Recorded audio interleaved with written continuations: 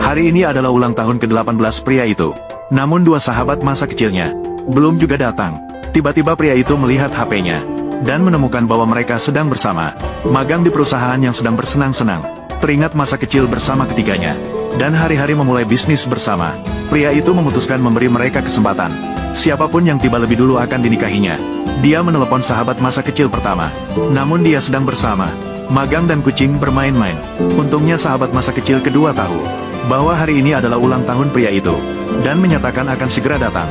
Namun tiba-tiba dia menerima pesan dari magang yang mengatakan kucingnya sakit, membuat gadis itu pergi ke sana. Pada saat itu pria itu menyadari bahwa sahabat masa kecil tidak bisa bersaing dengan kehadiran yang tiba-tiba. Maka dia menghapus dirinya dari kue dan diam-diam membuat keputusan. Keesokan harinya tiba di kantor. Saat hendak mengumumkan keputusannya, siapa yang membuka pintu untuk menyambutnya adalah kejutan besar. Pak Sen, sungguh memalukan. Kita hanya bercanda di sini. Tak terduga kamu yang pertama masuk. Lihatlah, lihatlah aku basah seperti ayam kecap. Seperti ayam kecap. Lepaskan. Maafkan saya, Pak Sen. Ini semua salah saya. Haruskah aku meminta maaf padamu? Wenji, tidak perlu seperti ini. Kamu bukan pelayannya. Senchi, tidak terlalu besar masalahnya. Jangan menyusahkannya. Pria itu kaget menemukan kantornya sendiri telah diacaukan oleh mereka. Pria itu segera meminta mereka untuk membersihkan dan pergi. Namun, para wanita muda salah mengira bahwa dia sempit pikirannya. Untuk membuktikan bahwa magang tidak kalah dengan pria, maka kedua wanita bahkan merencanakan untuk membawa dia untuk bertemu dengan bos mereka di belakang layar. Asalkan Soudong bersedia membantu, perusahaan baru mereka dapat terdaftar di pasar. Pria itu melihat tiga orang ini bersatu. Perusahaan yang telah banyak berkorban. Dia tidak tega melihat perusahaan bangkrut. Maka ia memutuskan untuk mengorbankan harga diri untuk membantu mereka sekali terakhir. Di pesta makan, pria dengan gigih mengangkat gelas dan minum dengan ganas untuk mencari investasi. Meskipun perutnya sudah seperti ombak yang bergelombang, dia tetap gigih. Saat itu, dua wanita muda itu salah mengira bahwa dia pura-pura, memaksanya kembali ke kursi, menuangkan minuman satu demi satu, dan menandatangani kontrak atas dasar rasa simpati. Namun dua wanita muda itu malah memuji magang di sekitarnya. Bahkan Soudong juga sedikit menghibur pria itu dengan simpati. Saat itulah dia menemukan sebuah fakta yang mengejutkan. Pasangan pernikahan pria itu adalah putri tunggal dari atasan langsungnya sendiri. Secara spontan memberikan pujian dan penghormatan kepadanya. Namun pria itu tiba-tiba tubuhnya tidak kuat dan pingsan.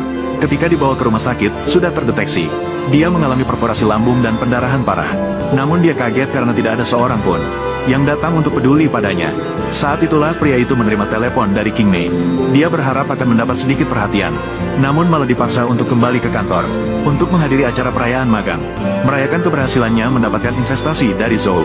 Pada saat itu, emosi pria itu benar-benar hancur dan tidak bisa menahan lagi.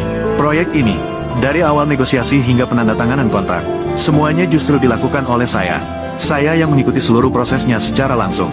Sekarang kamu bilang padaku bahwa dia yang berhasil. Kamu hanyalah melakukan hal-hal untuk kepentingan meja makan dan minum. Dokumen-dokumen perusahaan yang diberikan kepada Zhou, materi-materi perusahaan itu dibuat oleh Wenji dengan lembur setiap hari. Dikerjakan. Wenji mengatakan Zhou sangat menyukainya, sangat menghargainya. Dia bilang data itu dibuat olehnya. Apapun yang dia katakan, kamu langsung percaya. Apakah kamu tahu bahwa kali ini dia membuat masalah seberapa besar? Apa yang sebenarnya terjadi padamu hari ini? Jangan bertele-tel. Pesta perayaan akan segera dimulai.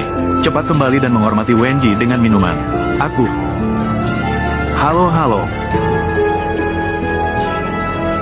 Setelah kembali ke perusahaan, dua sahabat bahkan tidak ada kehangatan dan perhatian.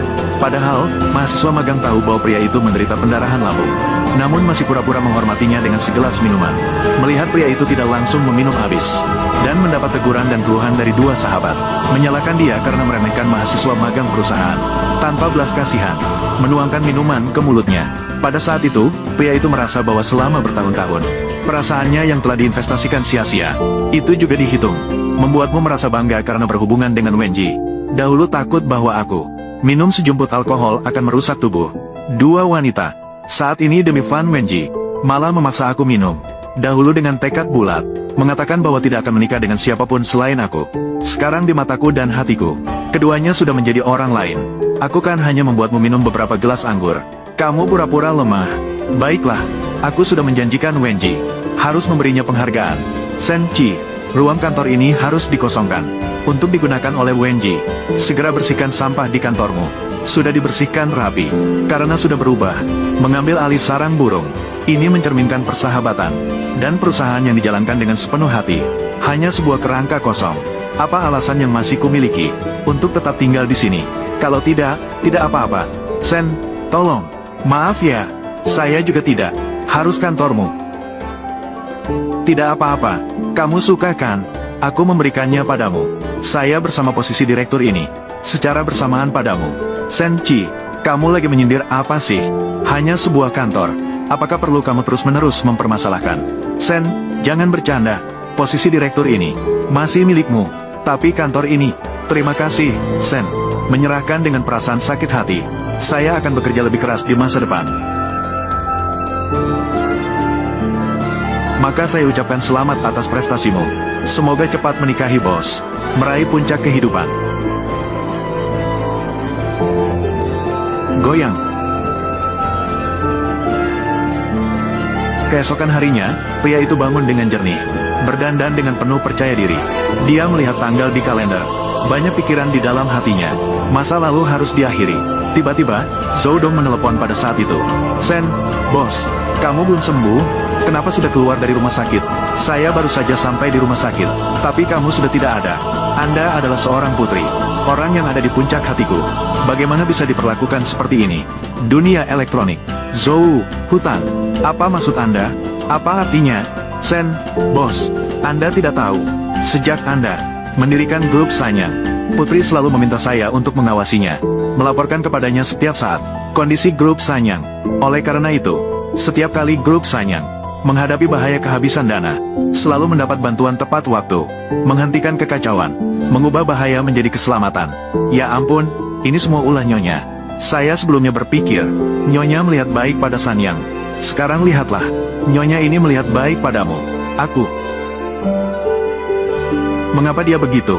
Aku bahkan dengannya, bahkan belum pernah bertemu sekalipun. Maka aku tidak tahu. Bagaimanapun, Nyonya sangat menyukaimu. Sudah jatuh cinta bertahun-tahun. Sen harus sangat menghargainya. Hargailah dengan baik.